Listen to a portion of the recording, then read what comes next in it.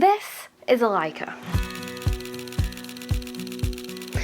Now, before you click away thinking I'm a complete sellout, it was only around £350. This is the Leica that the world forgot. It's a little bit weird and a little bit misunderstood, but let me tell you why I think it's still worth considering. This is the Leica T Type 701. They're not great with naming things. They're great at a lot of things, but names they are not great at. I think the popularity of Leica comes down to head versus heart.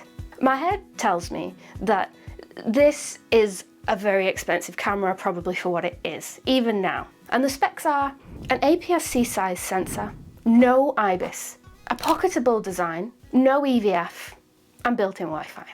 But my heart says, this is a Leica. It even comes in fun colours if that's your thing, it's definitely mine. Though I do think it's quite dashing in its original aluminium body. And the body is really a centrepiece of this camera. It's very unique. It's a single piece of aluminium that's been shaved down from like a kilogram of aluminium into a more manageable size. And it's even been polished by hand for 45 minutes in a factory. Why? Because Leica, of course. Now, what's the benefit of this? I'm not entirely sure, except that it allows Leica to tell you how complicated it was to do. But the benefit, I think, outside of anything electronic, is just how blooming beautiful it makes the camera. There's no seams, there's no screws, there's no bits of rubber or anything else. It's just sleek and singular. Everything has been thought of. And the flash? This is one for the montage. Are you ready for this?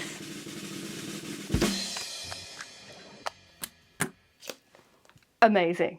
But that's not crazy in and of itself. There's more, there's a lot more. What I think is crazy about this camera, it all comes down to the size of Leica's confidence.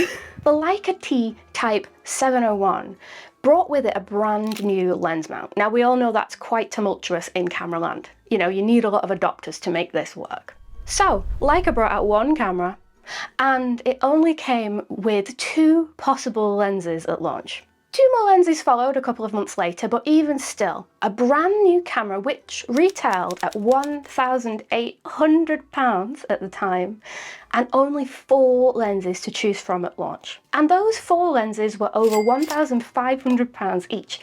And because we wouldn't want anything as silly as getting better photographs in the way of our design, none of the lenses have any stabilization. So the camera doesn't have stabilization and the lenses don't have stabilization. So they could keep the lenses smaller and more #aesthetic.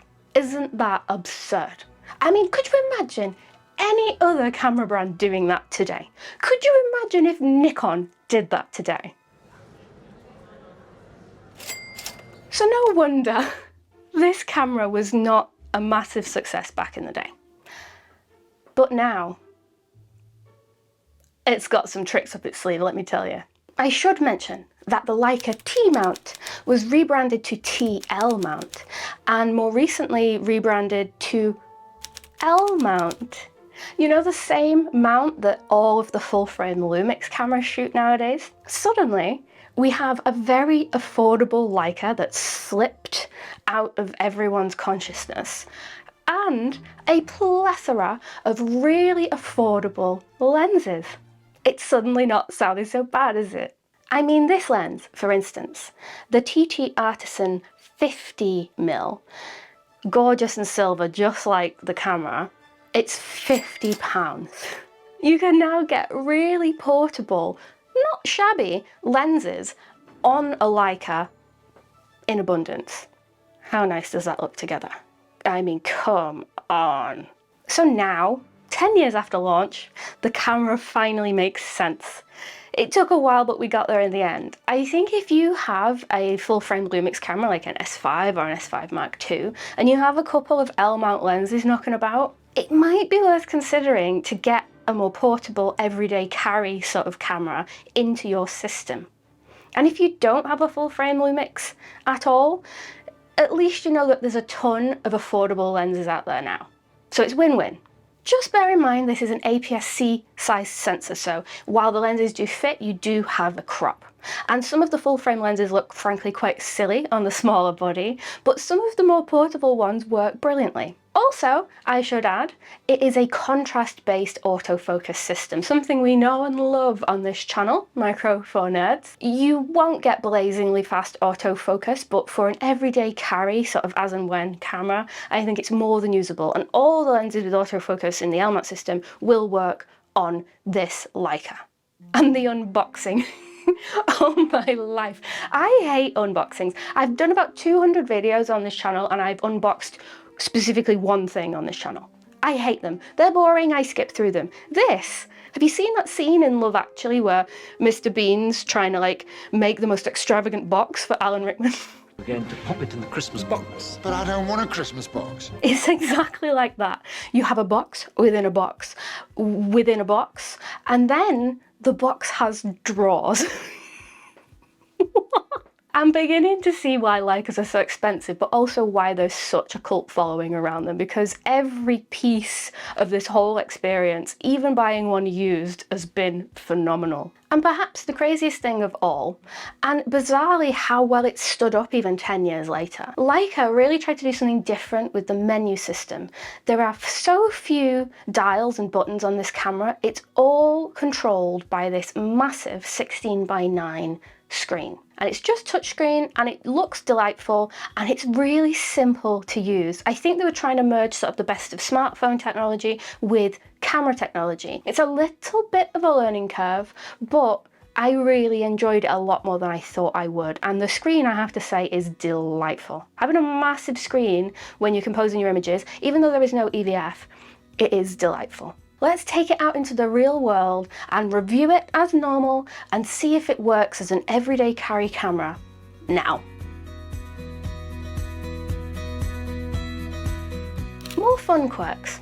We have a 16GB internal storage in this camera, which I think is a great feature that I wish more cameras had. As I've mentioned, there's no image stabilization, so getting some handheld long exposures is sort of a pipe dream unless you use a tripod. Again, the absolute size of Leica's confidence to do this.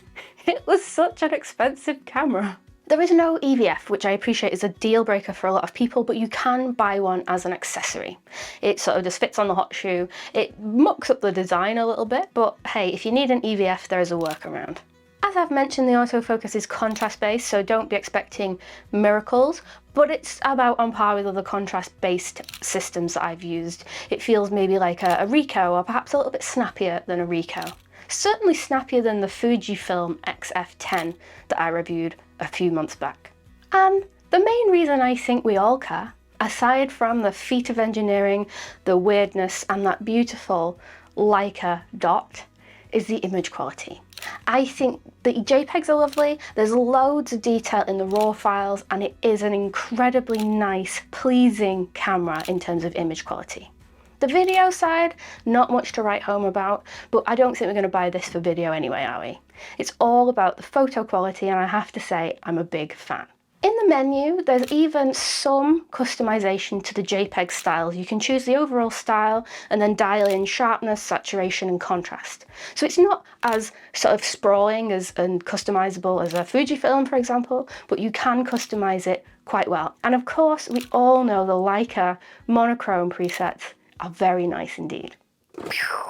This week's video is sponsored by MPB, and in the middle of me filming today I just realised that there's so many MPB boxes all around. I even have this one, which is a very exciting package for the winner of January's photo contest. Link in bio if you want to learn more about that. I've used them a lot to buy, sell and trade my used camera equipment, and I will continue to do so until the end of time. It is just so convenient. If you like the look of some of the cameras that I've talked about recently, or perhaps you just fancy a change, why not go to MPB using the links below, and you can sort of see how much you could get for the equipment that you currently own. You could trade something in for something that you see on the website, or you could sort of trade it in, get the cash, and then go on holiday or buy another camera, which is probably what I would do. I sometimes get really annoyed with private sellers. I do it because it's a necessary evil sometimes, but if I can find something at a good price on MPB, that is the choice I would make every single time. I would love it if you want to check them out, to use the links below and see if you can grab yourself a bargain. So, The Leica T Type 701 is weird. Really, really weird. But I think it has a lot of interesting features, and if you can find one at the right price, I think it does stand up wonderfully in 2024. I think while it is flawed and certainly a little bit bizarre to use sometimes, I think it stands the test of time very well, and I'm really, really glad that I've bought one. I think if you want something special, something a little bit fit, something that you pick up and go, ooh, isn't this luxurious, for a good price, it's definitely a camera to consider. Watch this video next, where I managed to bag a delightful classic camera for just £27.